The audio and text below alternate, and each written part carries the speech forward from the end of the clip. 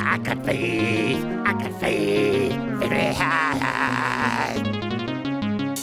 It's a new day on the Enterprise, and we're planning to give a new planet a poke. That plan immediately goes pear-shaped when a ship arrives at considerable speed and gives us a call. The three lads aboard are delighted to meet us, not because of us specifically, but because they're legging it from a science wibbly. They want to dock with us and suggest we all scarper at Warp 7, which is going to be a problem for our Warp 5 engines.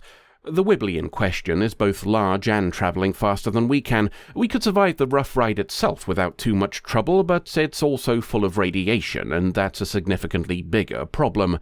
Tucker comes up with a solution, though not a particularly inviting one. Our warp engines have conduits that are very shielded indeed, sufficiently so to protect us from the radiation. It'll be unpleasantly cramped, and we'll have to turn off our main reactor if we don't want to get roasted, but it beats everybody doing it dead. Travis has been in a similar situation before during his freighter days, so he's the one who figures out we'll need somewhere to shit. That and assorted other logistical issues are in the process of being dealt with, while Archer remembers we have guests. T'Pol's aware of the species, which is how Archer comes to know they're quite a ways from home. That's because they're explorers, apparently, map makers to be specific, and agree to share their data with us once we're out of this science wibbly. Or perhaps not. Once we've given them a little space of their own in the walkways and left them alone, one of them becomes concerned about what'll happen if we start asking questions. Stellar cartography is something they know bugger all about. Lucky for them that we'll be busy. It'll take 8 days for the wibbly to pass over us, but we'll be able to run scans as it does. Quite how effective they'll be is another matter, as we're shutting down the ship's main power to prevent damage from potential overloads. We'll still have the basics, though, with helm control and the like wired up to a makeshift command area. We turn on mood lighting mode and everywhere else dims. Everybody on the temporary bridge prepares for the wibbly, and after a little shaking, things start to calm down. Now all we have to do is wait. We're adapting to the new normal, which shouldn't be too surprising when you consider all we've done is move from a metal box into a smaller metal box.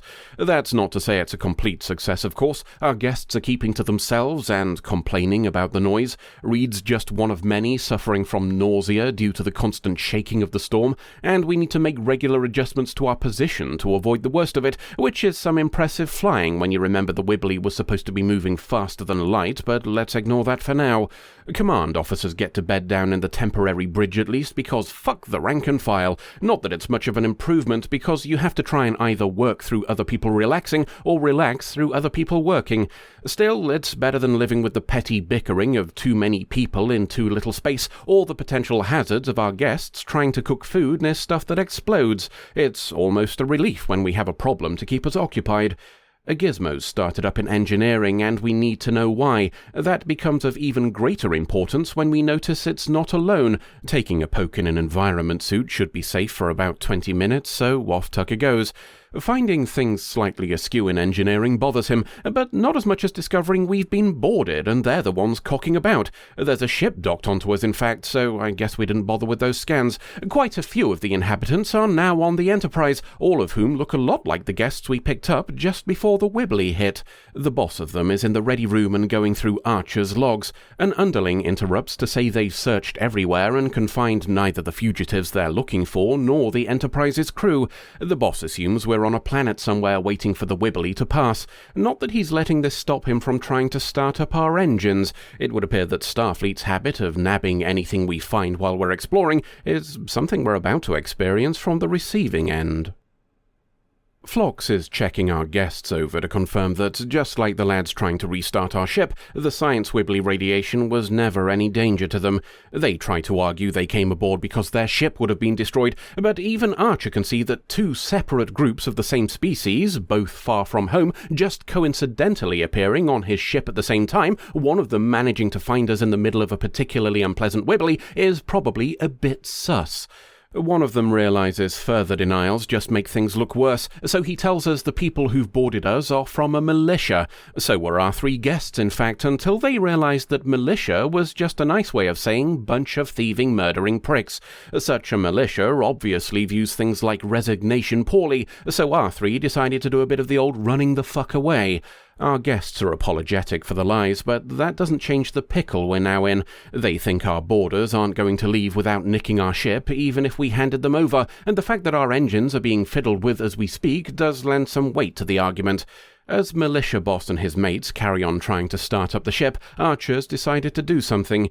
He's not sure what, as even if we could get more suits than the 3 we've currently got, that'd still give us only 20 minutes to retake the ship before we all carked it. Not that it matters really, as the engines are now coming back online, meaning we've only got 20 minutes until everybody gets roasted anyway. As Tucker's already taken a dose of wibbly radiation, the 3 suits go to Archer, T'Pol and Reed. T'Pol and Reed are fiddling with gubbins to stop the reactor, so Archer's the one who has to keep everybody else busy while they do it. The Militia Boss is a touch confused to be receiving a phone call, and even more so when he's told it's from inside the ship. Archer's on the other end and trying to sound decidedly unwell when he tells Militia Boss that the rest of the crew are dead. Militia Boss is disinclined to leave when Archer tells him to bugger off, explaining that he's here to track 3 fugitives who owned the ship in our launch bay. Oh, and he's impounding the Enterprise as well, because we're a bunch of wrong-uns too. Archer tells him that we'd rather kaboom the ship before handing it over, something Militia Boss finds unlikely after reading his logs. Still, there's no harm in being prudent, so when Archer hangs up, Militia Boss orders some lads to search the deck Archer's call came from. Archer's already busy calling Travis and telling him to head for a particularly wibbly piece of the science wibbly we're in. He's on his way back to the temporary bridge when he's spotted and the pooping starts. Travis has his orders though, so we're heading towards the wibbliest bit of the wibbly. This is noticed up on the real bridge, and Militia Boss's underlings are trying to tell him they should leg it sharpish. T'Pol and Reed managing to shut down the reactor means Militia Boss no longer has power even if he could get control, so he orders everybody to scarp her.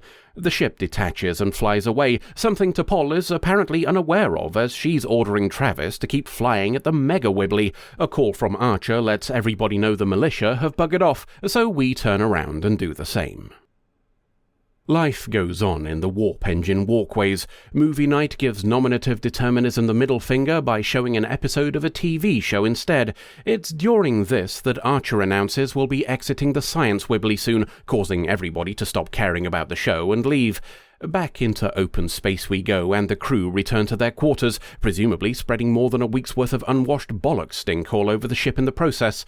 Unsurprising then that our guests are keen to bugger off as well, though on better terms with us now it seems, so we'll leave our deserters to see how long they can dodge a very pissed off militia as we get ready to take another step on the long road.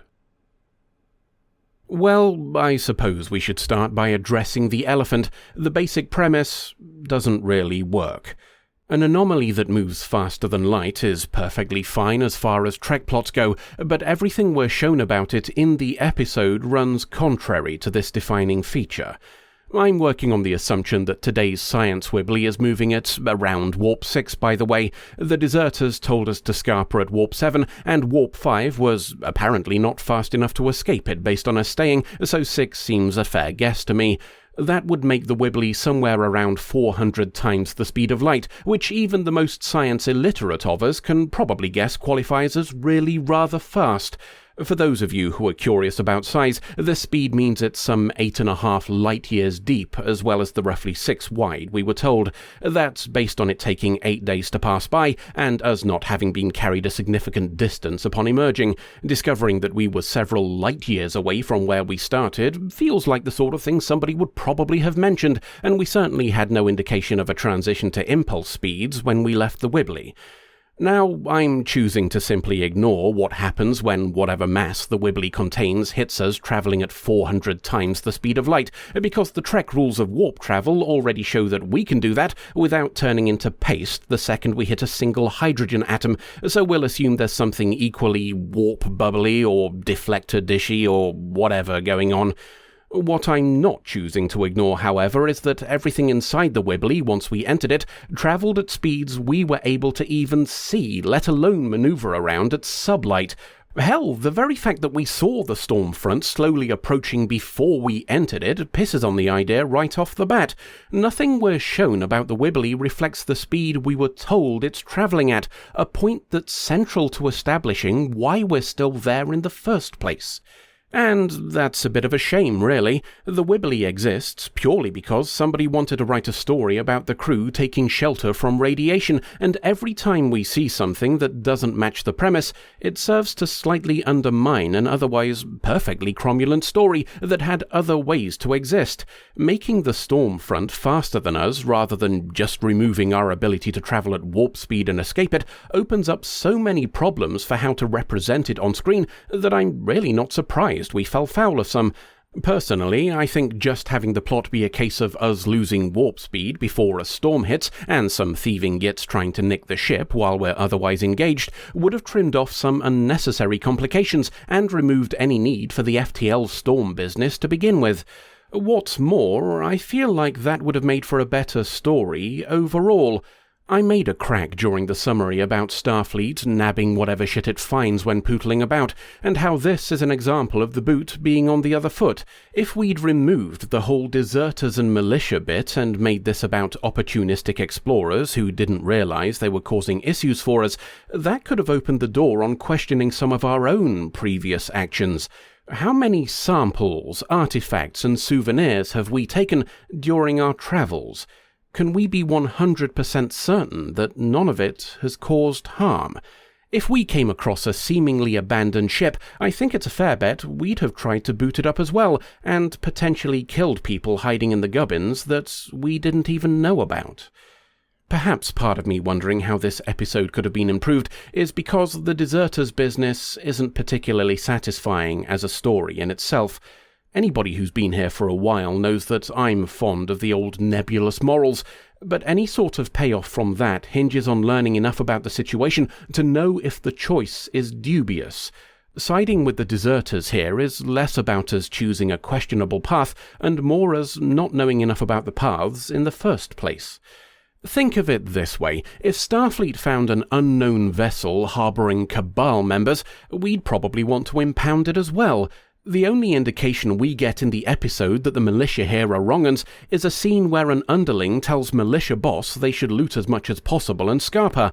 Archer has no way of knowing about this, so from his perspective, it could just as easily have been a case of him shitting on a genuine fugitive hunt. In short, it's an example of Archer stumbling around in the dark again, and that's a step back from the progress we've been trying to show about him learning to consider his actions. Right, that's quite enough ranting about what it wasn't, so let's take a look at what it was. We'll end by examining a couple of interesting little bits about T'Pol.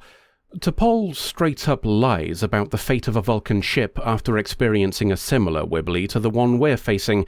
Okay, there's an element of doubt in there, and you could argue it was a genuine error, but the pauses and such when discussing it heavily imply this is not the case, and she was in full bullshit mode. So, what does this mean? Well, you could read it in two different ways. The first is that she was concerned about crew morale and chose to withhold that data for psychological reasons. Everybody thinking it's just very serious indeed might be far more useful than saying another crew with more experience got completely fucking mullered. The other potential interpretation is somewhat less generous. There's a chance this is a little bit of that Vulcan arrogance, a desire to not show we primitives that the universe can humble them just as much as it has us. This itself could also have a psychological aspect to it. We humans might be less inclined to listen to their advice if we start thinking they're just as fallible, and we already have some doubt over whether that advice is always for our benefit rather than theirs. T'Pol may now be considered a member of Team Starfleet by the senior staff, but that's not the same thing as having no loyalty to Vulcan at all. The second point of interest for T'Pol is a reference to her difficulty in socializing, which is hardly a surprise based on her previous behavior.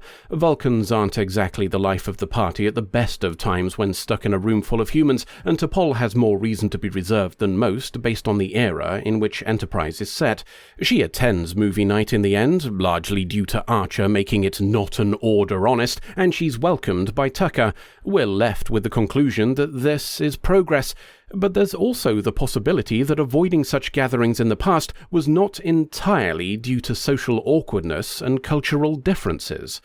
T'Pol might be less focused on the concept of duty above all than many other Vulcans, as evidenced by her breaking an arranged marriage despite the expectations, but she's still very driven by results and efficiency.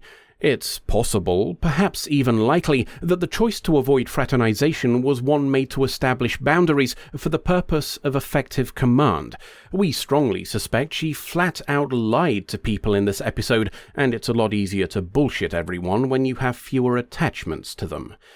I may not have been entirely won over by the rest of the episode, but if the idea of getting everybody together was meant to help focus on character, then even I have to admit there was some success with T'Pol. For that alone, it was worth your time. End of episode. Hi. For those of you who watch these credit skits regularly, you may be aware we're currently trying to pad out the rest of this season. To cut a long story short, we decided that getting a translator for Porthos was the overall goal, but that's something Hoshi can do during a lazy lunch break, so we need to fill the space. Yes, I'm getting to that. In the last episode, I suggested a clip show. That idea got shot down, but it made me think about other bottle episodes like ones that focus on character. That's why we're doing a skit with just me and Porthos today, and definitely not because Space Dog stomped off in a huff after I suggested his gruff voice represents an unconscious resentment towards him on the part of the guy who makes this channel. I'm not quite sure what to do with just barking. This is usually the bit where Space Dog says the idea's shite. A fair bit of what makes these work is an undercurrent of jovial antagonism. You know, I'm beginning to think that scenes which rely entirely on dialogue might not work as well if one of the participants can't actually speak. Yeah, honestly, this one's on me. Sorry to have put this pressure on you before you're a fully formed character. Let's call a mulligan and have another go next week. Would you like to do the end woof? Good dog.